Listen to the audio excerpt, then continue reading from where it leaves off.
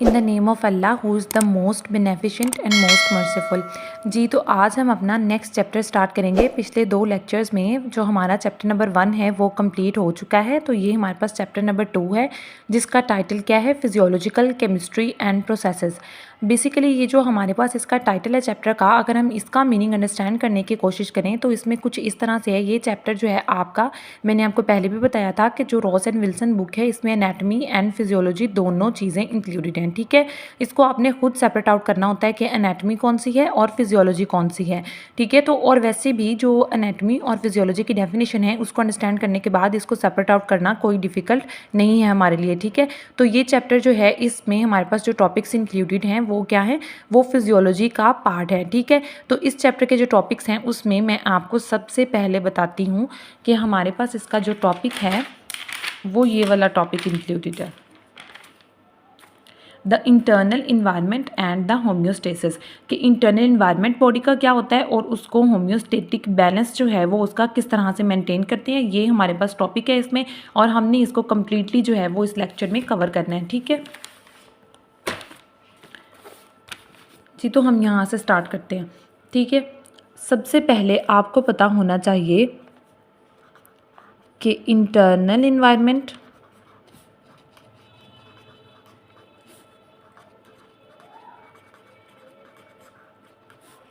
और external environment का क्या डिफरेंस है।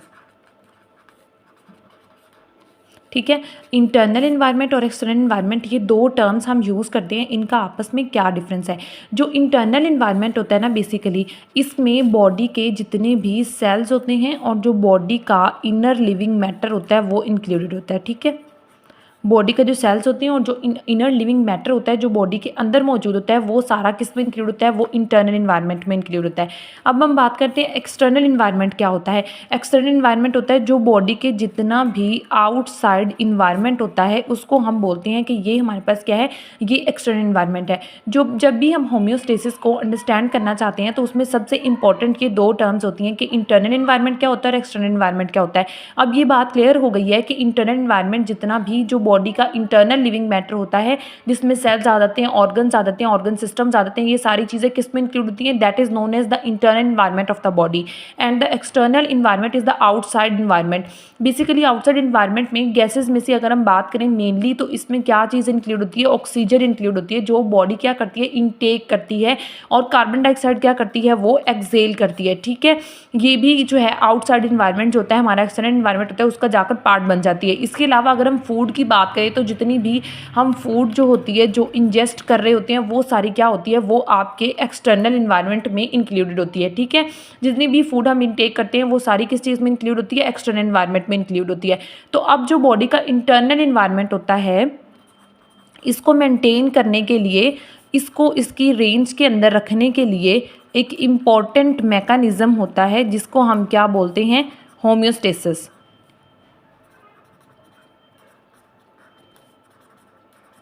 होम्योस्टेसिस की अगर हम डिफाइन की बात करें तो बेसिकली ये क्या करता है कि जो बॉडी का इंटरनल इन्वायरमेंट होता है, जो बॉडी का जितना भी इंटरनल इन्वायरमेंट होता है उसको उसकी एक नैरो रेंज, उसको लिमिट के अंदर रखने के प्रोसेस को क्या बोलते हैं, उसको हम कहते हैं कि ये क्या है, ये होम्योस्टेसिस है। ठीक है, होम्योस्टेसिस को भी इस प्रोसेस के लिए भी पार्टिकुलर आगे प्रॉपर सिस्टम्स होते हैं जो इसमें इंक्लूडेड होते हैं। सबसे मेन इसमें क्या होता है, इसमें एक कंट्रोल सिस्टम होता है। कंट्रोल सिस्टम होता है जो कि पूरी बॉडी में इस प्रोसेस जो होम्योस्टेसिस का होता है इसको मेंटेन करने में हेल्प कर रहा होता है। ठीक है, अब जो कंट्रोल सिस्टम होता है इसके 3 मेन पार्ट्स होते हैं। नंबर 1 पे क्या होता है, इसमें एक सेंसर होता है, सेंसर्स होते हैं, या इसमें इसको क्या बोलते हैं, सेंसर भी कहते हैं या इसको डिटेक्टर भी बोलते हैं। ठीक है, और दूसरी क्या चीज़ इसमें इंक्लूडेड होती है, दूसरा इसमें इंक्लूडेड होता है control centre. The most important thing of the control system and the homeostasis that is known as the control centre. ठीक है, और नेक्स्ट चीज़ क्या होती है, आपकी इफेक्टर सिस्टम होता है जो कि आगे रिस्पॉन्स प्रोड्यूस कर रहा होता है उस कंट्रोल सेंटर के मैसेज के अकॉर्डिंग। ठीक है। अब अगर हम इसको एक्सप्लेन करें ना कंट्रोल सिस्टम को, तो हमें पता चल गया कि इसके 3 मेन पार्ट्स होते हैं।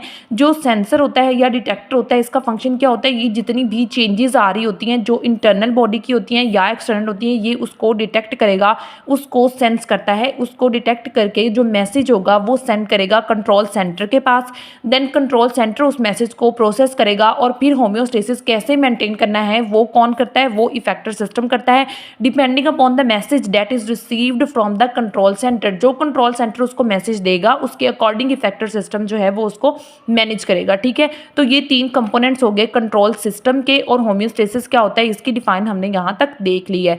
ठीक है, अब हम नेक्स्ट बात करते हैं कि जो कंट्रोल सेंटर होता है ना, इसकी वर्किंग के भी 2 प्रोसेसेस होती हैं, ये भी 2 मैकेनिज्म से वर्क करता है। एक होता है positive feedback mechanism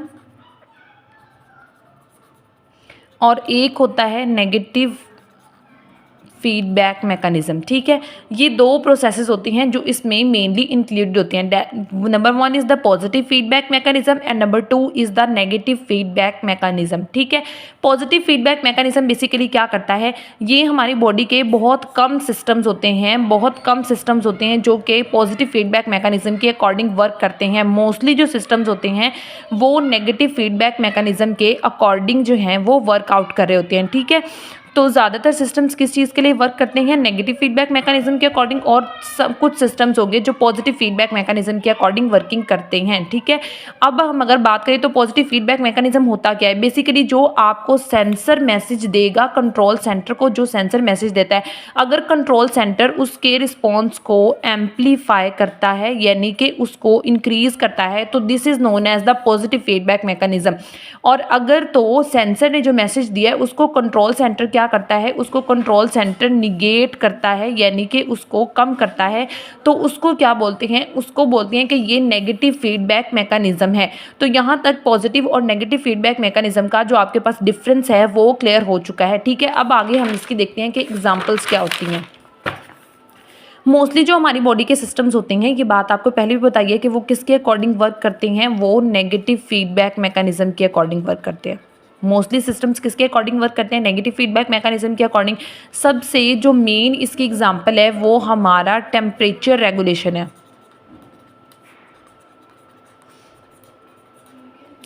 temperature regulation of the body most commonly used example है इसकी नेगेटिव फीडबैक मैकेनिज्म की। ठीक है, इसमें क्या होता है, जो नेगेटिव फीडबैक मैकेनिज्म की हमारे पास एग्जांपल है वो टेम्परेचर रेगुलेशन सिस्टम जो होता है बॉडी का, वो इसकी बेस्ट एग्जांपल है। अब इसमें अगर हम बात करें होम्योस्टेसिस को मेंटेन करने के लिए, इसमें भी तो 3 कंपोनेंट होने चाहिए, सेंसर्स होने चाहिए, इसमें कंट्रोल सेंटर होना चाहिए।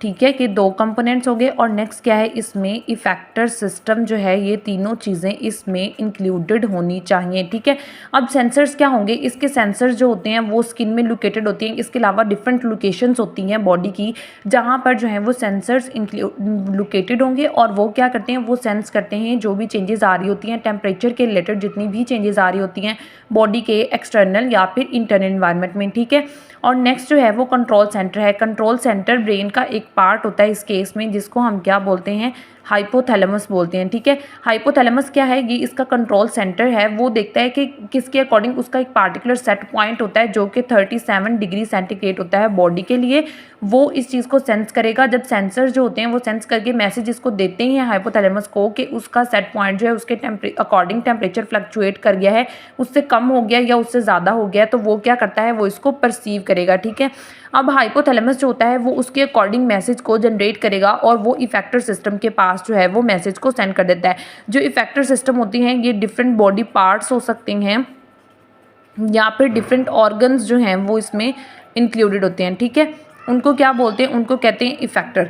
अब सबसे पहले क्या होगा, फॉर एग्जांपल जो बॉडी है उसका टेम्परेचर क्या है, हाइपोथैलेमस का सेट पॉइंट 37 डिग्री सेंटीग्रेड था, और उससे क्या हुआ है कि बॉडी टेम्परेचर ज़्यादा हो गया यानी कि इंक्रीज़ हो गया। जो भी सेंसर्स होंगे स्किन में या डिफरेंट पेरिफेरल रीजन में, जो भी सेंसर इंक्लूडेड है वो उसको इस चीज़ को सेंस करेंगे, उसका सिग्नल जो है वो परसीव करने के लिए कंट्रोल सेंटर के पास सिग्नल को सेंड कर देंगे कि टेम्परेचर में फ्लक्चुएशन आ गई है। अब वो इफेक्टर को इफेक्टर सिस्टम को मैसेज देगा उस टेम्परेचर को वापस कम करने के लिए, क्योंकि टेम्परेचर क्या हुआ था, ज़्यादा हो गया था। अब इसके लिए इफेक्टर सिस्टम का जो रोल है वो भी इंपॉर्टेंट है और वही इसमें मेन आता है, जो हाइपोथैलेमस के अकॉर्डिंग ये रिएक्ट करेगा। अब टेम्परेचर इंक्रीज़ हुआ है, उसको कम करना है, तो उसके लिए सबसे पहले क्या होगा, वेजोडाइलेशन होती है। वेजोडाइलेशन क्या होती है, वेजोडाइलेशन का मतलब होता है कि जो आपकी वेन्स होती हैं ना, उनका डायमीटर इंक्रीज़ हो जाता है ताकि उसमें से हीट लॉस ज़्यादा हो सके और टेम्परेचर अगर इंक्रीज़ हो गया तो उसको वापस कम किया जा सके, ठीक है। और नेक्स्ट प्रोसेस क्या होता है कि मसल्स की जो कॉन्ट्रैक्शन होती है, जिसको हम शिवरिंग भी बोलते हैं, ये रिड्यूस हो जाती है। वेजोडाइलेशन इंक्रीज़ होती है, शिवरिंग जो होती है वो क्या होती है, शिवरिंग रिड्यूस हो जाती है ताकि ज़्यादा जो है वो हीट की प्रोडक्शन ना हो और दोबारा से बॉडी टेम्परेचर जो है वो इंक्रीज़ ना हो, ठीक है। ये इसके मैकेनिज्म होते हैं। इसके अलावा क्या होता है, इसमें स्वेटिंग का प्रोसेस जो होता है वो इंक्रीज़ हो जाता है ताकि जो भी बॉडी में हीट की प्रोडक्शन ये ज़्यादा हो गई है हीट, तो वो लॉस हो सके बॉडी से, ठीक है। अब ये क्या एक नेगेटिव फीडबैक मैकेनिज्म है। पहले जो सेंसर को रिसीव हुआ था सिग्नल, उसमें टेम्परेचर ज़्यादा था और जो इफेक्टर ने रिस्पॉन्स दिया है वो उसको कम करने के लिए दिया है, ठीक है।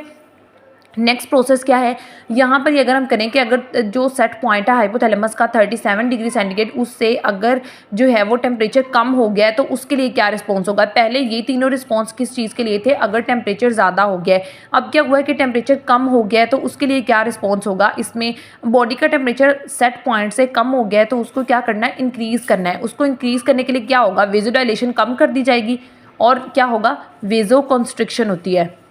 वेजो कॉन्स्ट्रिक्शन का क्या मतलब होता है, वेजो कॉन्स्ट्रिक्शन का मतलब ये होता है कि जो वेन्स होती हैं, जो ब्लड वेसल्स होती हैं, उसका डायमीटर क्या होता है, कम हो जाता है ताकि हीट को प्रिजर्व किया जा सके और बॉडी टेम्परेचर को इंक्रीज़ कर सकें।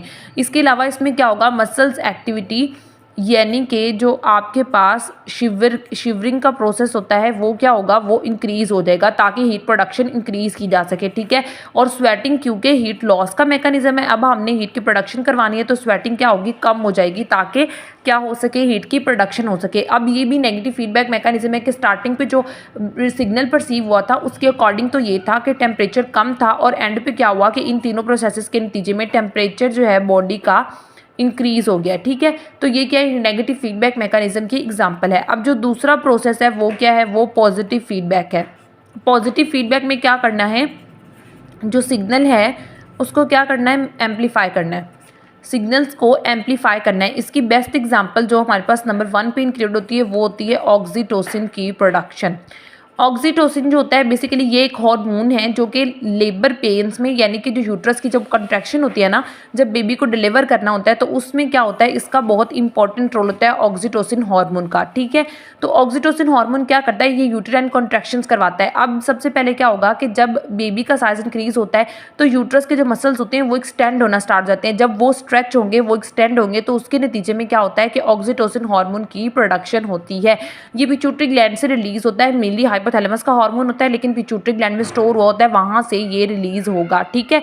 जब ऑक्सीटोसिन जो है ये रिलीज होता है तो इसके नतीजे में क्या होता है कि यूटेराइन कॉन्ट्रैक्शंस जो होती हैं, यूटेराइन कॉन्ट्रैक्शंस जो होंगी वो क्या होती हैं, इंक्रीज हो जाती हैं और बेबी जो है उसको डिलीवर किया जाता है। सर्विक्स की डायलेशन की वजह से बेबी क्या होगा, डिलीवर होगा, ठीक है।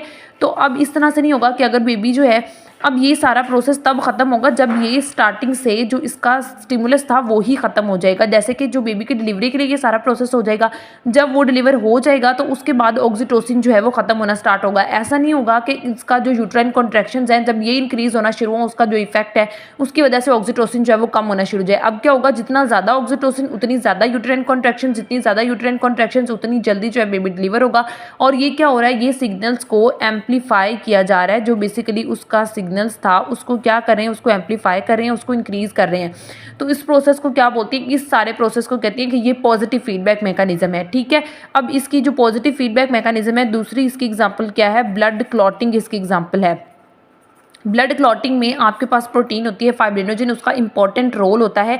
फिब्रिन के जो लेयर्स होंगी वो बनेगी, फाइब्रिनोजिन उसमें ब्लड सेल्स जो हैं वो आकर पैक होते हैं। फाइब्रिनोजिन इस प्रोसेस को जो है वो रेगुलेट कर रहा होता है सारे प्रोसेस को।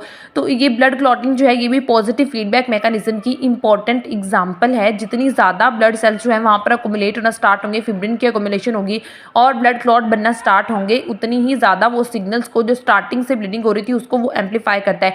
ब्लीडिंग हुई, अब वहाँ पर उसने क्या करना है कि वो ब्लड क्लॉटिंग स्टार्ट करवा देगा और आहिस्ता आहिस्ता जैसे ही फाइब्रिनोजिन की एक्टिविटी इंक्रीज होगी, तो उसमें क्या होगा कि ब्लड क्लॉटिंग जो है उसका प्रोसेस भी स्टार्ट हो जाएगा। ठीक है, तो ये सारी क्या ये पॉजिटिव फीडबैक मैकेनिज्म की एग्जांपल है। अब हमने स्टार्टिंग से लेकर इसको अगर हम एक नज़र में रिवाइज करें तो उसमें इस तरह से है कि बॉडी का जो इंटरनल एनवायरनमेंट होता है उसको नॉर्मल रेंज के अंदर रखने के लिए एक पार्टिकुलर प्रोसेस होता है जिसको होम्योस्टेसिस बोलते हैं। होम्योस्टेसिस में कंट्रोल सिस्टम का इंपॉर्टेंट रोल होता है। कंट्रोल सिस्टम के 3 पार्ट्स होते हैं, सेंसर होगा, उसमें कंट्रोल सेंटर होता है और उसमें क्या होता है इसके अलावा इफेक्टर सिस्टम होता है। सेंसर क्या करेगा, सिग्नल को रिसीव करेगा, कंट्रोल सिस्टम जो होगा जो कंट्रोल सेंटर होगा वो उसके अकॉर्डिंग सिग्नल्स को एडजस्ट करेगा, देखेगा कि इसमें किस चीज़ की मॉडिफिकेशन की ज़रूरत है और फिर इफेक्टर को और जो डिफरेंट ऑर्गन्स होते हैं, बॉडी पार्ट्स होते हैं, उसको वो सिग्नल सेंड कर देते हैं ताकि उसको क्या कर सकें, उसको रेगुलेट कर सकें। अब इसमें भी 2 सिस्टम्स होते हैं। सम टाइम ऐसा होता है कि सिग्नल को निगेट करने की ज़रूरत होती है तो नेगेटिव फीडबैक मैकेनिज्म फॉलो होता है, और सम टाइम ऐसे होता है कि सिग्नल्स को